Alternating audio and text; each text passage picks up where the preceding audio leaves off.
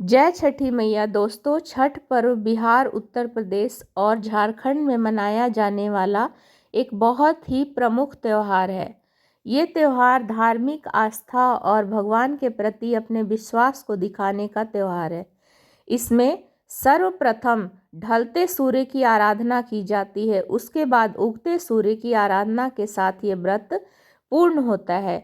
ये व्रत मुख्य रूप से 4 दिन का होता है, जिसमें सबसे पहले स्त्रियां नहा धोकर दाल चावल और लौकी की सब्जी के साथ व्रत की शुरुआत करती हैं, जिसको हम नहाए खाए के नाम से जानते हैं।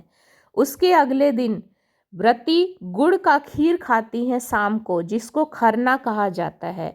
खरना के बाद तीसरे दिन निर्जल रहकर व्रती शाम को ढलते सूर्य को अर्घ देती हैं और चौथे दिन निर्जला रहकर ही ठंडे पानी में खड़े रहकर उगते सूर्य को अर्घ दिया जाता है और छठी मैया की आराधना की जाती है। छठी मैया ब्रह्मदेव की मानस पुत्री और सूर्य देव की बहन है, इसलिए छठी माता के साथ साथ सूर्य देव की भी आराधना की जाती है। दोस्तों, छठी माता की पूजा करने का इतना ज़्यादा श्रद्धा है लोगों में कि इसको न सिर्फ स्त्रियां बल्कि पुरुष भी इसको बढ़ चढ़कर करते हैं।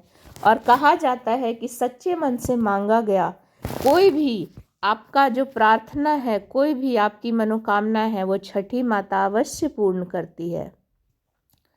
छठी माता संतान की देवी मानी जाती है।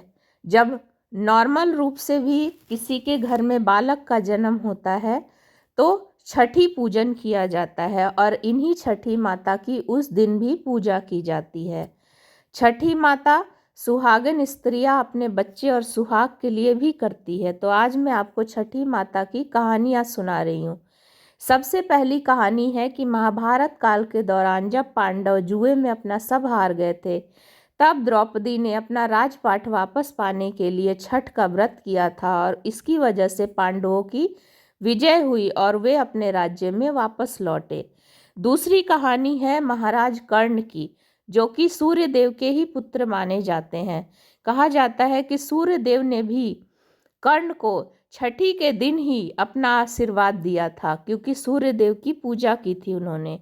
और एक और कहानी जो सब जगह प्रचलित है वो है राजा प्रियवंदा की। राजा प्रियवंदा की कोई संतान नहीं थी और काफ़ी पूजा यज्ञ करने के बाद उन्हें एक पुत्र की प्राप्ति हुई, परंतु वो भी जन्म लेते ही चल बसा। तब राजा दुखी होकर अपने प्राण त्यागने गए। तब छठी माता प्रकट हुई और बोली कि तुम मेरी पूजा करो। और राजा प्रियवंदा ने उनकी पूजा की और छठी पूजन के स्वरूप ही उनको पुत्र रत्न की प्राप्ति हुई। और उन्होंने अपने राज्य में घोषणा करा दी कि अब से छठी के दिन जो भी पूजा करेगा छठी माता की, उसको पुत्र रत्न की प्राप्ति होगी। इसीलिए स्त्रियां इसको अपने सौभाग्य और अपने बालकों की रक्षा के लिए बढ़ चढ़कर करती हैं। ये व्रत करने के लिए ऋतु फल सारे एकत्रित किए जाते हैं, यानी कि कार्तिक मास की छठी को मनाया जाने वाला यह त्यौहार उस वक्त उपलब्ध जितने भी फल हैं, जैसे कि गन्ना, केला, नारियल, नींबू, सभी को एकत्रित किया जाता है और बांस के बने हुए सूप और टोकरी में इसको सजाया जाता है। और उसके बाद घर के पुरुष इस टोकरी को उठाकर गंगा या कोई भी नदी जो आसपास होती है उसकी घाटों पर लेके जाते हैं।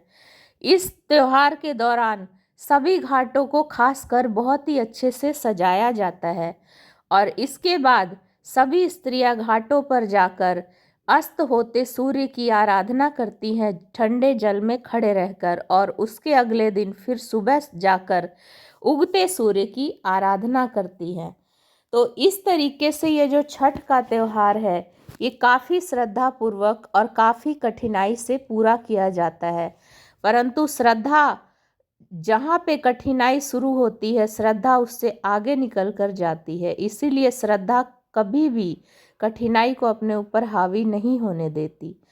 चाहे कार्तिक मास की ठंडे पानी में खड़े होना हो, चाहे 3 दिन का ये निर्जल व्रत, परंतु श्रद्धा के आगे उस कठिनाई को हटना होता है। और छठी माता व्रतियों के ऊपर अपना आशीर्वाद बनाए रखती हैं और छठी माता के आशीर्वाद से इस व्रत को जो भी सच्चे मन से और श्रद्धा से करता है उसकी हर मनोकामना पूर्ण होती है। तो हे छठी माता, जैसे आप सभी की मनोकामना पूर्ण करती हो, हम सबकी भी करना। इस वीडियो को देखने वाली